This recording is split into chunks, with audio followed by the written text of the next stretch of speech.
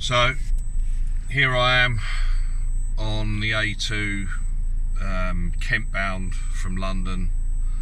I've driven from Suffolk, SE1, and it's taken me, I'm on my way back to sunny Dartford. It's taken me an hour and 50 minutes so far, and I believe it's because of the tube strikes. And I've heard through a friend, I've not researched it myself, but apparently tube drivers, I think they want to go down to a 32-hour week. I do a 40-hour week, and I'm now caught in the mess from what I believe is the tube strikes. It was the same yesterday. It was just a grueling journey to get home. As you can see, everybody's in the same boat. So I'm just wondering where the protesters are, you know. Whose streets? Our streets. These are our streets, all clogged up with traffic. It's affecting me, it's affecting thousands of people that are sitting in this traffic jam with me today. So I just wonder if we're going to get any protests, counter-protests against the London Underground. You know, are we all going to go on strike or boycott the Underground, or I don't know what, but it's affecting just normal everyday working people just trying to get home. And that's the thing that, again, that confuses me in this country, is things that actually affect people like this. It's burning into your evening. You know, I'm going to be 2 hours late home, so that's 2 hours of family time I'm not going to get.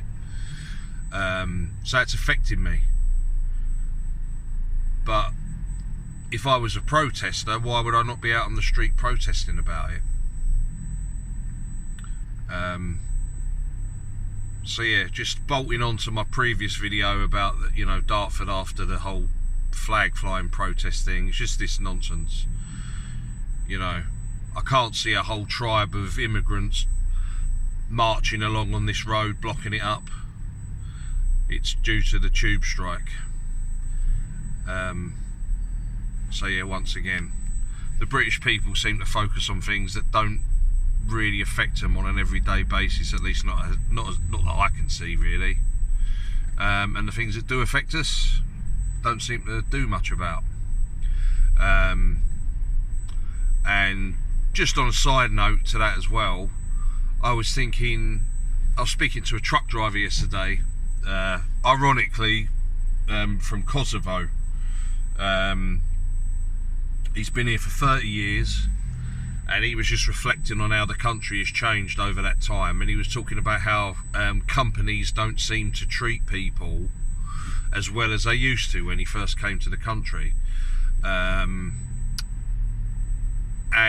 I was thinking about that, and when I was thinking about the train drivers, because I thought, what are you moaning about? You know, everybody knows that you get a good deal driving trains, it's good money, blah blah blah, lots of benefits working for London Underground, and yet it's still not good enough for you. You still want a 32-hour week.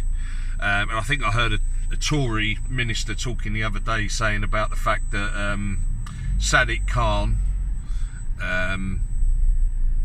who I see as a villain, incidentally, Sadiq Khan gave in to him last time, so now they feel like they can protest again. So he's got a point there, but linking it back to the Kosovan truck driver I was talking about, perhaps 30 years ago, when there were more companies in public ownership like British Telecom, and even further back than that, you know, when you had British Rail and things like that, there were better working conditions, and maybe companies in the private sector had to tailor their treatment of their workers in order to stay competitive with these publicly owned companies that, would always kind of look after their staff. So maybe now, where we've moved away from a lot of publicly owned companies and it's all private, maybe that's why that guy has experienced not being looked after in the way he was all those years ago. Just an observation, who knows. But so I kind of argued against myself about the 32-hour week for the train drivers, because I thought maybe we should support them in their plight for better treatment and whatnot, you know, just trying to see both sides and look at the bigger picture. But all I can tell you now is that I'm directly experiencing the result of tube drivers. So yeah, thought I'd share my thoughts. Feel free to hate.